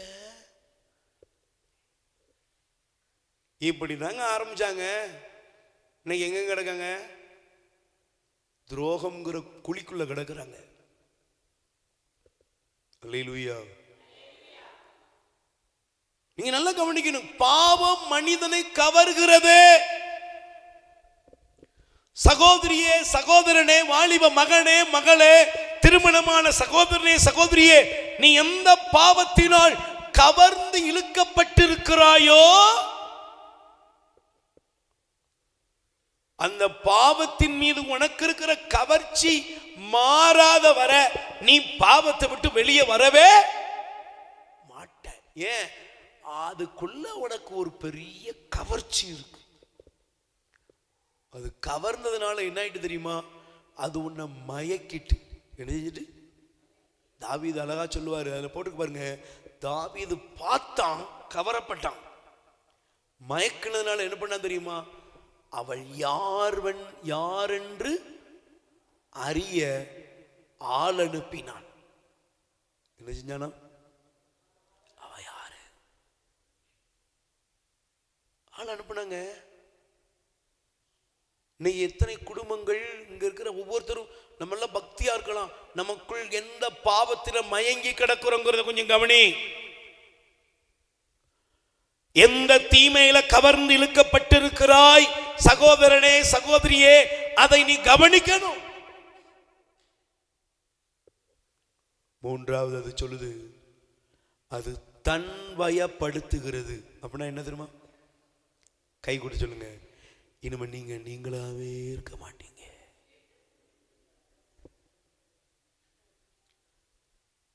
பிரதர் நான் நானாவே இல்ல பிரதர். அப்ப யாருப்பா? நீ நீயாவே இருக்க மாட்ட. நீ நீயாவே. சில அம்மாக்கள் சொல்றாங்க, என் மக என் மகளாவே இப்ப இல்ல, என் கணவர் என் கணவனாவே இல்ல.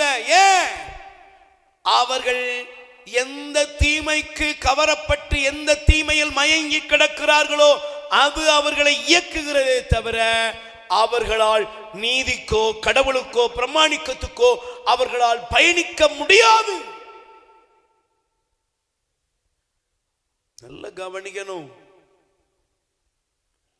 நல்ல கவனிக்கணும். சும்மா ஏதோ வந்தோம் பிரசங்கத்தை கேட்டோம் ரொம்ப நல்லா இருந்துச்சு, நீ ஒன்னும் மார்க்கெல்லாம் போட வேண்டாம். அது தன்வயப்படுத்துகிறது.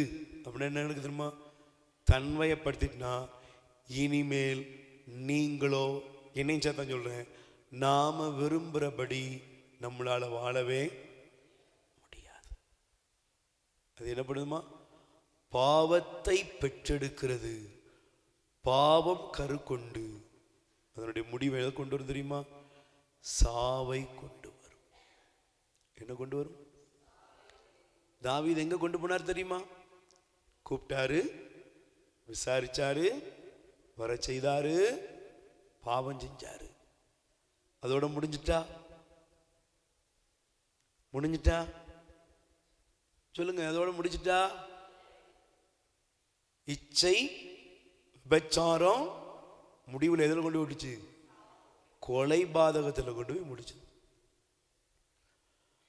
குற்றப்பழி இல்லாத ஊழியக்காரனா இருந்த இத்தியனான உரியாவை என்ன செஞ்சாரு? போட்டு தள்ளினார். பிரதர், சிஸ்டர், பாவத்தை செஞ்சுட்டு ஒருத்தன் தப்பிக்க முடியாது. அக்கிரமத்தை செஞ்சுட்டு நீ தப்பிக்க முடியாது. நீ உன் கணவனுக்கோ மனைவிக்கோ துரோகத்தை பண்ணிட்டு நீ தப்பிக்க முடியாது. உன்னுடைய பெற்றோரை நீ வேதனைப்படுத்தி, உன் பெற்றோரை காயப்படுத்தி, உன்னுடைய வாழ்க்கையில நீ உன் பெற்றோருக்கு துரோகம் செய்து, இல்லை என்றால் வாலிப வயது நான் எப்படினாலும் இருப்பேன்னு நீ ஒருவேளை உன் சரீரத்தை நீ பாவத்திற்கு கையளித்து வாழ்வாய் என்றால், இன்னைக்கு டைம் பாஸ், இன்னைக்கு ஜாலி, இன்னைக்கு என்ஜாய், எது வேணாலும் வச்சுக்கோ. ஆனால் அதற்குரிய விலை நீ வாடும்போது ஒவ்வொரு நாளும் கொடுத்தே ஆகணும். கொடுக்கணுமா கொடுக்க வேண்டாமா? கொஞ்சம் 50 வயசுக்கு மேலே உள்ளவங்களாம் கை தூக்கு. 50 வயசு வரும், சரி 35 வயசுக்கு மேலே உள்ளவங்களாம், 30 வயசுக்கு மேலே உள்ளவங்களாம் கை தூக்குங்க. 30 வயசுக்கு மேலே உள்ளவங்களாம் கை தூக்குங்க. என்ன நல்ல கை தூக்கிட்டீங்களா? கை தூக்கிட்டீங்களா? உங்கள்கிட்ட சரி, கை கீழே போடுங்க.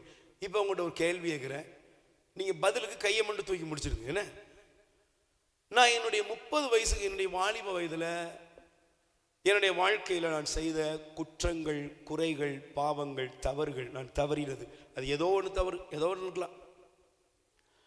அது என்னை இன்னைக்கு வர எந்த தொந்தரவுமே செய்யலை அப்படி சொல்கிறவங்க கை கீழே போட்டுக்கோங்க. அது எனக்கு ஞாபகத்துக்கு வரும், என் மன அமைதியை கெடுக்கும். பல நேரங்களில் என் பிள்ளைங்க வளர்ந்து வரும் பொழுது கூட அது எனக்குள்ள ஒரு பாதிப்பை உருவாக்குகிறது. அதை நான் உணர்றேன்னு சொல்கிறவங்க மட்டும் வலதுகையை வைத்து காமிங்க பார்ப்போம். கைத்தட்டி ஆண்டவருக்கு நன்றி சொல்லுங்க. உணர்றீங்க பாருங்க, அதுவே பெரிய விஷயம். சாகுறவரை மறக்குமா? மறக்குமா? நீங்க பண்ண துரோகம் மறக்குமா? சொல்லுங்க, மறக்குமா? நீங்க செய்கிற அக்கிரமம் மறக்குமா? அதனாலதான் பைபிள் சொல்கிறது, நீ செய்த பாவம் உன்னை தொடர்ந்து பிடிக்கும். நல்ல கவனிப்பா. பாவத்தோட பவர் என்னன்னு தெரியாம பாவம் செஞ்சுட்டு இருக்க கூடாது. நீ செய்த பாவம் உன்னை தொடர்ந்து பிடிக்கும். நீ செய்கிற அக்கிரமம் உன்னை தொடர்ந்து பிடிக்கும். நீ செய்கிற அநீதி உன்னை தொடர்ந்து பிடிக்கும். ஏன்? நீ கடவுளுக்கு முன்னால உண்மையா இருப்பா, ரொம்ப எச்சரிக்கையாருன்னு சொன்னார்னா, எப்பா நீ எச்சரிக்கையா இல்லைன்னா, நீ செய்யும் போது ஜாலியா இருக்கும்பா, நீ செய்யும் போது அதான் டேலண்ட், நீ செய்யும் போது அதுதான்டா ஆம்பளை, அதான்டா நம்ம யங் யூத்து இளமன்னா இப்படித்தான் இருக்கணும், அதெல்லாம் தெரியும்பா. ஆனா ஒரு நாள் வரும், அன்னைக்கு நீ செய்த ஒவ்வொரு அக்கிரமமும் உன்னை தொடர்ந்து பிடிக்கும். Price the Lord. சொல்லுங்க அல்லேலூயா. நல்ல கைகளை உயர்த்தி சொல்லுங்க அல்லேலூயா. நல்ல கைகளை உயர்த்தி சொல்லுங்க அல்லேலூயா. பிரியமானவர்களே, நீங்க நல்லா கவனிச்சு பாருங்க.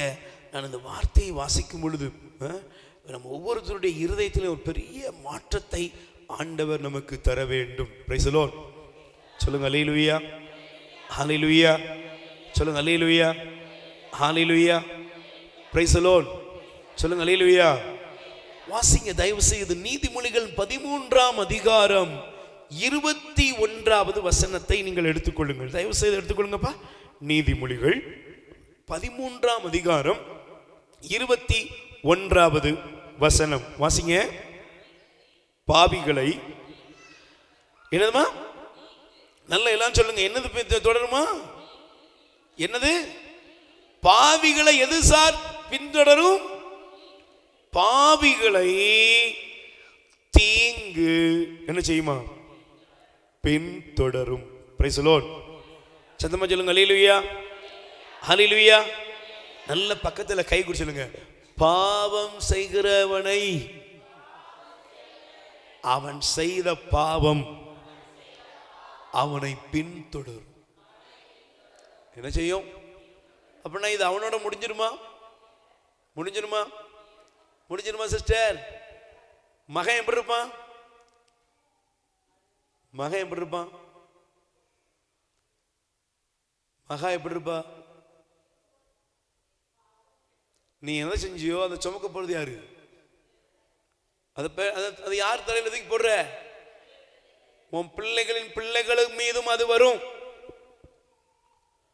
பாவத்தை செய்கிறவன், அக்கிரமத்தை செய்கிறவன், அநியாயம் செய்கிறவன், அநீதியாக அடுத்துடைய கண்ணீருக்கு காரணமானவன் இந்த உலகத்தில் நிம்மதியாக வாழப்போவது இல்ல.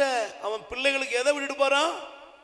சாபங்களை விட்டு செல்லுகிறான். அதனாலதான் நீதிமொழிகள் வாசிங்க 28ஆம் அதிகாரம் முதல் வசனம் படிப்பா.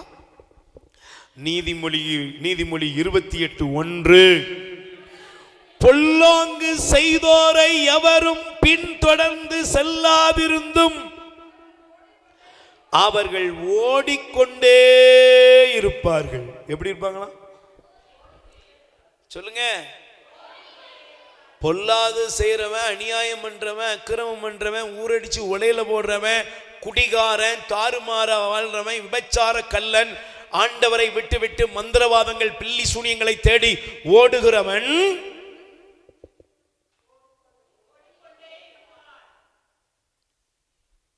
அவன் நிம்மதியா இருக்க மாட்டான். அவன் சமாதானமா வாழ மாட்டான். ஏன்? அதனாலதான் அந்த வசனம் பாருங்க, வசனம் ஜீவன் உள்ளது, தேவனுடைய வார்த்தை உயிர் உள்ளது. பொல்லாங்கு செய்தவன், தீமை செய்கிறவன் என்ன செய்யறான்? அவனை யாருமே பின்தொடராம இருந்தா கூட அவன் என்ன செய்யறான்? அப்படின்னா அர்த்தம் என்ன தெரியுமா? நீங்க நல்லா கவனிச்சு பாருங்க. ஏன் அர்த்தம் என்ன தெரியுமா? பாவம் செய்கிறவங்க ஒரு நாள் நிம்மதியா தூங்குறது கிடையாது. தெரியுமா உங்களுக்கு? நான் நிறைய பேர்ட்ட இந்த மன உளவியல் ரீதியாக அவங்க கூட உட்காந்து பேசும் பொழுது மன அமைதி இழந்து வருவாங்க. அவங்க சொல்லுவாங்க, என்னால் அந்த சம்பவத்தை மறக்கவே முடியல. ஒரு தகப்பனார் சொன்னாரு, என்னுடைய மகள் இன்னைக்கு வாழா வெட்டியா வீட்டில் உட்கார்ந்துருக்க காரணம் நான் இன்னைக்கு இப்போ செய்த பாவம். நான் ஒரு குடும்பத்துக்கு போயிருந்தேன். 2 பிள்ளைகள் மூளை வளர்ச்சி இல்லாம இருந்தாங்க. அங்க இருந்து அந்த தகப்பனார் சொன்னாரு, எங்க அப்பன் பண்ணின பாவம், எங்க அப்பன் சேர்த்து வச்ச சொத்து, இன்னைக்கு அதை நான் அனுபவிக்கிறேன். இன்னைக்கு உங்க பிள்ளைகளுக்கு நீங்கள் சாபத்தை விட்டுட்டு போறீங்களா? நீங்க எங்க இருக்கிற யாரும் பாருங்க, நம்ம எல்லாரும் பக்திமான் தான், எல்லாரும் கடவுளுக்கு முன்னால நீதிமான் மாதிரி இருக்கிறோம். ஆனா நாம செய்த அட்டூழியங்களும் அக்கிரமங்களும் இவைகள் தான் உங்கள் பிள்ளைகளுடைய சொத்துக்களாக நீங்கள் கொடுக்க போறீங்களா? எங்க உங்களோட முடியாது சார், உங்களோட முடியாது. இன்னைக்கு அழகாக சொல்றாங்க, மருத்துவ ஆராய்ச்சி சொல்றாங்க, ஜீன் என்னமோ சொல்றாங்களா? ஏன் சார் இந்த பிள்ளை எப்படி இருக்கு? ஏங்க அப்பா அம்மாவுக்குள்ள என்னக்குள்ள இருந்துச்சோ அதாங்க இருக்கும். தமிழ் அழகா அன்னைக்கே சொல்லிட்டான், தாயை போல பிள்ளை நூலை போல. நீங்க என்ன செய்தீங்களோ, நீங்க எப்படி இருக்கீங்களோ, நீங்க எப்படி இருந்தீங்களோ அது உங்க பிள்ளைங்களுக்குள்ள வரும். அப்ப நீ எவ்வளவு துணிச்சலா வாழ்ந்துகிட்டு இருக்கிய? கொஞ்சம் மனசாட்சி வேண்டாமா? கொஞ்சம் மனம் திரும்ப வேண்டாமா? இன்னும் இப்படியே தான் இருக்க போறியா? இன்னும் இப்படியே தான் வாழ்க்கை போகுமா? நீங்கள் மனம் மாறவில்லை என்றால் அழிந்து போவீர்கள். நான் சொல்லல, அந்த வசனத்தை மட்டும் உங்களுக்கு காண்பித்து நான் உங்களுக்கு ஜெபிக்க போகிறேன். Price the Lord. சொல்லுங்க அல்லேலூயா, சொல்லுங்க அல்லேலூயா, ஹalleluya. வாசியுங்கள் எரேமியா தீர்க்கதரிசியின் புஸ்தகம். எரேமியா தீர்க்கதரிசியின் புஸ்தகத்திலே ஆண்டவர் சொல்லுகிற இந்த வார்த்தையை நல்லா கவனிச்சு பாருங்க. Price the Lord. கைகளை பேர் சொல்லுங்க அல்லேலூயா. வாசியுங்கள், படிங்கப்பா. எரேமியா 2ஆம் அதிகாரம் 19வது வசனம் படிங்க. உன் தீச்செயலே உன்னை தண்டிக்கும். பக்கத்தில் கை கொடு சொல்லுங்க. உனக்கு சூன்யம்லாம் வைக்க வேண்டாம். ஏற்கனவே நீ உனக்குன்னு சொந்த காசுல என்ன வச்சிருக்க? சூன்யம் வச்சுட்டு தானே வந்திருக்க. உனக்கு வேற ஒரு எலுமிச்சம்பழம் செலவு எதுக்கடியே? அதெல்லாம் ஏற்கனவே நீ பண்ணிக்கிட்டு தானே இருக்க அப்படின்னு பக்கத்து வீட்டுக்காரி சொல்லிட்டு போயிடுவா. Price the Lord. யார் தீச்செயல் பாதிக்கும்? ஏமா அவன் குடும்பத்தில் நல்லா இருக்க வேண்டிய குடும்பம் நாசமா போயிட்டு இருக்கு? ஏன்பா நல்லா இருக்க வேண்டிய உங்க குடும்பம் நல்லா இல்லாம இப்படி போயிட்டு இருக்குது? உட்காந்து அவா செய்வன பண்ணிட்டாளா இவா செய்வன பண்ணிட்டாளா அப்படின்னு யோசிக்கிறத விட்டுட்டு கடவுளுடைய பீடத்துக்கு முன்னால வந்து கேளு, ஆண்டவரே என் வீட்டில் நடக்கிற சம்பவங்களுக்கு காரணம் யாரு? தாவீது சம்பவம் செஞ்சாரா? என்ன சம்பவம் பண்ணாரு? உரியாவை கொன்னாரு. உரியாவோட மனைவி எடுத்துக்கிட்டாரு. கடவுள் செஞ்சாரா? சொல்லுங்க. சம்பவத்தை கடவுள் செஞ்சாரா?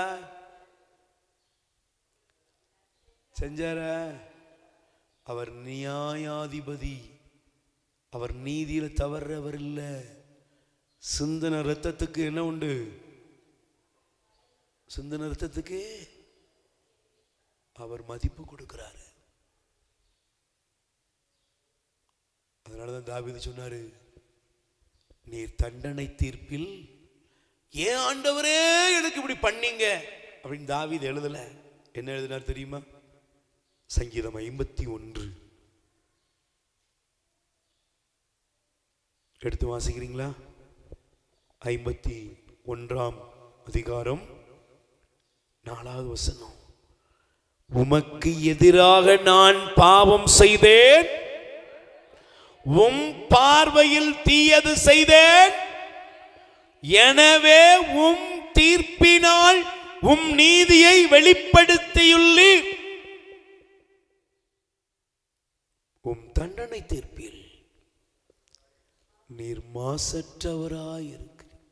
கை தட்டுங்க. எனக்கு ஏன் இப்படி பண்ணீர்னு ஆண்டவரை பார்த்து அவர் கேட்கலங்க. ஏன்னா ஒவ்வொன்னா நடந்துச்சா சொல்லுங்க. நடந்துச்சா? சொந்த வீட்டில் தாவீதின் மகன் அம்னோன், சொந்த சகோதரி, அம்னோனுடைய சகோதரி பேர் என்னது? தாமார். அண்ணன் தங்கச்சி. அண்ணன் தங்கச்ச கெடுத்தான்.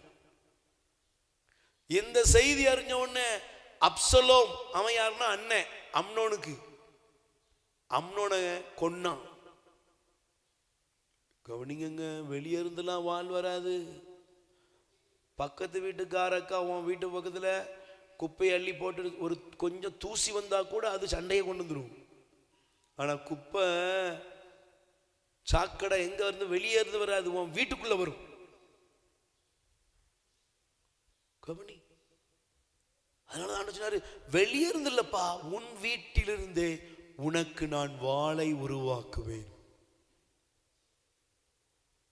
கவனிங்க. தாவீது ஒரு நாள் சொந்த மகன் அப்சலோமுக்கு பயந்து உயிரை கையில பிடிச்சிட்டு ஓடினாரு. ஆண்டவர் சொன்னாரு, நீ மறைவா செஞ்ச, நான் ஒட்டுமொத்த இஸ்ரவேலும் காண உனக்கு செய்வேன். என் சகோதரனே, என் சகோதரியே, கடவுளுக்கு முன்பாக நீ உண்மையுள்ளவனாக, அவருக்கு உகந்தவளாக வாழ முயற்சி செய். ஏன்? பவுல் சொன்னார் அல்லவா, நற்செய்தி அறிவிக்கிற நானே ஏற்புடையவனாய் ஆகாதபடி, தள்ளப்பட்டவனாய் மாறாதபடி என்னையே நான் அடக்கி ஆடுறேன்பா. ஏன்னா நான் எதை செய்ய விரும்புறேனோ அதை என்னால செய்ய முடியல. எதை செய்யக்கூடாதுன்னு நினைக்கிறேனோ அதையே நான் மீண்டும் மீண்டும் செய்கிறேன். இருக்கிற அன்பு சகோதரியே சகோதரனே, ஒருவேளை நீ செய்த பாவத்தை மீண்டும் மீண்டும் அதே பாவத்தை செய்றியா? ஆண்டவரே, நான் முடியல, என்னை அடிமைத்தனப்படுத்தி வைத்திருக்கிற இந்த பாவ கட்டுகளில் என்னை விடுவித்தரும். என் மீது தயவாய் மனம் இறங்கும். ஆண்டவரே, என் மீது மனம் இறங்கும். இயேசுவே, என் மீது மனம் இறங்கும் என்று சொல்லி ஒப்புக் கொடுங்கள். செய்த பாவத்திற்காக ஒரு சொட்டு கண்ணீர். நீ இன்னைக்கு உங்க கணவருக்காக ஜெபம் பண்ணாத, மனைவிக்காக, மகனுக்காக, அவனுக்காக ஜெபம் பண்ணாத. ஆண்டவரே, என் பாவத்தை நினைத்து நான் மன்னிப்பு கேட்கிறேன். என் தவறுகளுக்காக நான் கண்ணீர் விடுகிறேன். இந்த உடலால நான் எங்க தவறி இருக்கிறேன்? வாழ்க்கையில எங்க தவறி இருக்கிறேன்? எந்த இழிவான பாவங்களுக்கு நான் இடம் கொடுத்தேனோ அதெல்லாம் மன்னிங்க இயேசுவே சொல்லு. கண்ணீரோடு ஒப்புக்கொடு. ஒருவேளை உன் பெற்றோரை காயப்படுத்தி இருக்கிறாயா? ஒப்புக்கொடு. பயபக்தியோடு சிலுவை உனக்காக எனக்காக தன் ஜீவனை கொடுத்து ஆண்டவரை உற்றுப்பார். மகனே, மகளே, பாவத்திலும் அநீதியிலும் அக்கிரமத்திலும் இருக்கிற நம்முடைய வாழ்க்கை அழிந்து போக கூடாது. தாவீது சொன்னார், ஆண்டவரே, நீர் தண்டனை தீர்ப்பில் மாசற்றவர். ஏன்? எதை செஞ்சனோ அது என் மேல விழுந்துச்சு. ஆனா இன்னைக்கு நாம் செய்த எல்லா பாவங்களும், நாம் செய்த எல்லா அக்கிரமங்களுக்கும் நாம தண்டனை அனுபவிக்கணும்னா, பிரியமானவர்களே, அந்த நாளும் அந்த நேரமும் கற்பனையே பண்ண முடியாது. ஆனா எல்லா பாவ அக்கிரமத்துக்கும் இயேசு நமக்காக விலைக்கிரயமானார். சிலுவையில தம் ஜீவனை இயேசு கொடுத்தார். இந்த நேரத்தில் ஆண்டவரே, என் பாவங்களுக்காக நான் மனம் வருந்துகிறேன், என்னை மன்னியும். என் பாவத்தை என் கணவன் மேல, என் மகன் மேல, என் மனைவி மேல, பிள்ளைங்க மேல, என்னுடைய குடும்பத்தில் போடாதீங்கப்பா. என் பாவத்தினால் நாங்கள் அழியாதபடி உம்முடைய இரக்கத்தை எங்களுக்கு வெளிப்படுத்தும் என்று விரும்புகிறவர்கள் பயபக்தியோடு கண்ணீரோடு ஆண்டவருடைய ஆணி பாய்ந்த பாதங்களில் உங்கள் பாவங்களை ஒப்புக்கொடுங்கள்.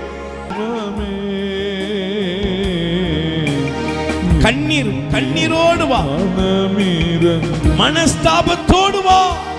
நான் பாவம் செய்தேன், நோகச் செய்தேன்.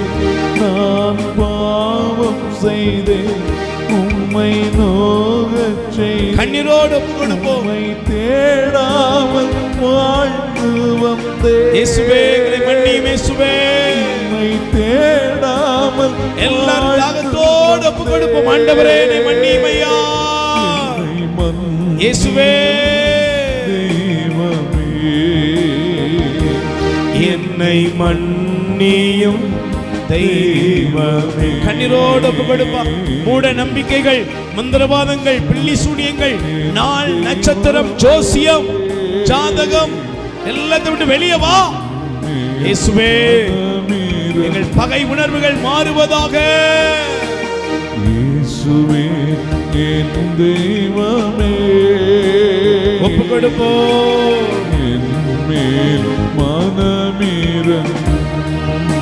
அநியாயம் செய்தேன் ஆண்டவரே, அக்கிரமம் செய்தேன் ஆண்டவரே, அடுத்தவர்களுடைய செல்வத்தை பறித்துக் கொண்டேன் ஆண்டவரே, லஞ்சம் வாங்கினேன் ஆண்டவரே, அநீதியான முறையில் வருமானத்தை பெருக்கினேன், என்னை மன்னியும் இயேசுவே. அநியாயம் செய்தேன், கடும் கோபம் கொண்டேன். அநியாயம் செய்தேன், கடும் கோபம் கொண்டேன். பிறர் வாழ்வை கெடுத்தேனையா,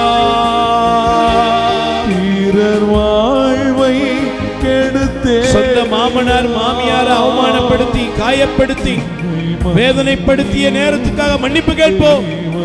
பெற்றோரை அள வைத்ததற்காக மன்னிப்பு கேட்போம்.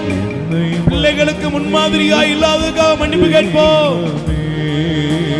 இயேசுவே, இயேசுவே, உடன் பிறந்தவர்களை அவமானப்படுத்தியதற்காக மன்னிப்பு கேட்போம்.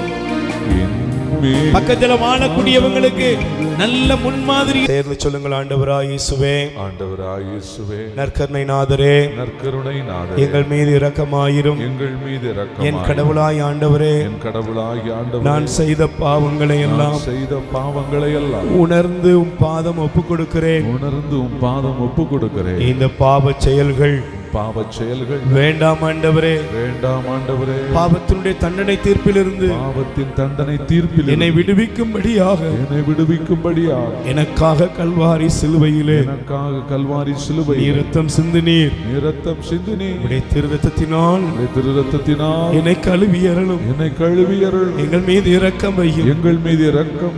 ஆண்டவரே, ஆண்டவரே, என் கணவருக்காக, என் கணவருக்காக, என் மனைவிக்காக, என் மனைவிக்காக, என் பிள்ளைகளுக்காக, என் பிள்ளைகளுக்காக, பெற்றோருக்காக, பெற்றோருக்காக, உடன் பிறந்தோருக்காக உடன் பிறந்தவருக்காக ஜெபிக்கிறேன். ஜெபிக்கிறேன். எங்கள் மீது இரக்கம் வையும். எங்கள் மீது இரக்கம் வையும். ரெண்டு கைகளை உயர்த்துவோம். இயேசுவே, என் ஆண்டவரே, எல்லாம் அல்ல ஆண்டவரே, இதோ உம்முடைய பிள்ளைகளுடைய பாவங்களை ஒப்பு கொடுத்து ஜெபித்துக் கொண்டு இருக்கிறோம் அப்பா. எல்லா விதமான பாப சாபங்களில் இருந்து விடுதலை கொடுக்கும்படியாக ஒப்பு கொடுக்கிறோம். இயேசுவே, மனம் திறந்து உம்மிடம் கேட்டிருக்கும் எல்லா பாவங்களுக்கும் மன்னிப்பு கொடுக்கும்படியாக ஒப்பு கொடுக்கிறோம். அன்பு இயேசுவே, நீர் ஒவ்வொருவர் உள்ளத்திலும் அதே அநேகமான பாவங்களை, வெகு நாள் மறைக்கப்பட்ட பாவங்களை நீர் இப்பொழுது வெளிப்படுத்தியதற்காக நன்றி கூறுகிறோம். அவற்றிலிருந்து விடுதலை கொடுக்கவும் மன்னிக்கும்படியாகவும் இந்த நேரத்திலே உம்மிடத்திலே மன்னிப்பை கேட்கிறோம். ஆண்டவரே, இந்த இதோ நாம் அனைவரும் இந்த நேரத்தில் இணைந்து ஆண்டவரிடத்திலே ஜெபிக்கப் போகிறோம். ஆண்டவர் உங்கள் பாவங்களை மன்னிக்கிறார். அனைவரும் எல்லாமல்ல இறைவனிடம் என்ற ஜெபத்தை சொல்லி ஜெபிப்போம். எல்லாமல்ல இறைவனிடமும் சகோதர சகோதரிகளிடமும் நான் பாவி என்று ஏற்றுக்கொள்கிறேன். என்னில் சிந்தனையாலும் சொல்லாலும் செயலாலும் கடமையில் தவறியதாலும் பாவங்கள் பல செய்தேன். என் பாவமே, என் பாவமே, என் பெரும் பாவமே. ஆகையால் எப்பொழுதும் கன்னியான தூய மரியாளை, வானதூதர்கள், புனிதர்கள் அனைவரும், சகோதர சகோதரிகளே, உங்களையும் நிறைவனாய் ஆண்டவரிடம் எனக்காக வேண்டிக் கொள்ள மன்றாடுகிறேன். எல்லாம் அல்ல இறைவன் நம் மீது இரக்கம் வைத்து நம் பாவங்களை மன்னித்து நம் அனைவரையும் புனிதப்படுத்துவாராக. ஆமென். உம் இரத்தத்தால் என்னை கழுவும், உலகின் பாவம் போக்கும் இயேசுவே, உம் இரத்தத்தால் என்னை கழுவும், உலகின் பாவம் போக்கும் இயேசுவே, உம் இரத்தத்தால் என்னை கழுவும். மனிதனாய் மண்ணில் பிறந்த இயேசுவே, உம் இரத்தத்தால் என்னை கழுவும். வியர்வையாய் திரு இரத்தம் சிந்திய இயேசுவே, உம் இரத்தத்தால் என்னை கழுவும். இயேசுவே, இயேசுவே, உயிர் வாழ உணவளிப்போம். இரக்கத்தின் ஊற்று கத்தோலிக்க தியான இல்லத்திலிருந்து பிள்ளைகளால் கைவிடப்பட்ட வயதான அப்பா அம்மாக்கள் 100 பேருக்கு தினமும் அவர்கள் இருக்கும் இடங்களுக்கு உணவு கொண்டு போய் கொடுக்கப்படுகிறது. அன்புக்குரியவர்களே, உங்கள் பிறந்த நாள், திருமண நாள், உங்கள் இல்ல வைபவங்கள், இறந்தவர் நினைவாக நீங்கள் உணவளித்து உதவி செய்யலாம். உங்கள் அன்பு கரத்தை நீட்டுங்கள். ஆண்டவர் உங்களை ஆசீர்வதிப்பார். எங்கள் முகவரி இரக்கத்தின் ஊற்று கத்தோலிக்க தியான இல்லம், புன்னைக்காயல், தூத்துக்குடி மாவட்டம். அலைபேசி எண் 9814118201. கடவுள் உங்களை நிறைவாய் ஆசீர்வதிப்பாராக.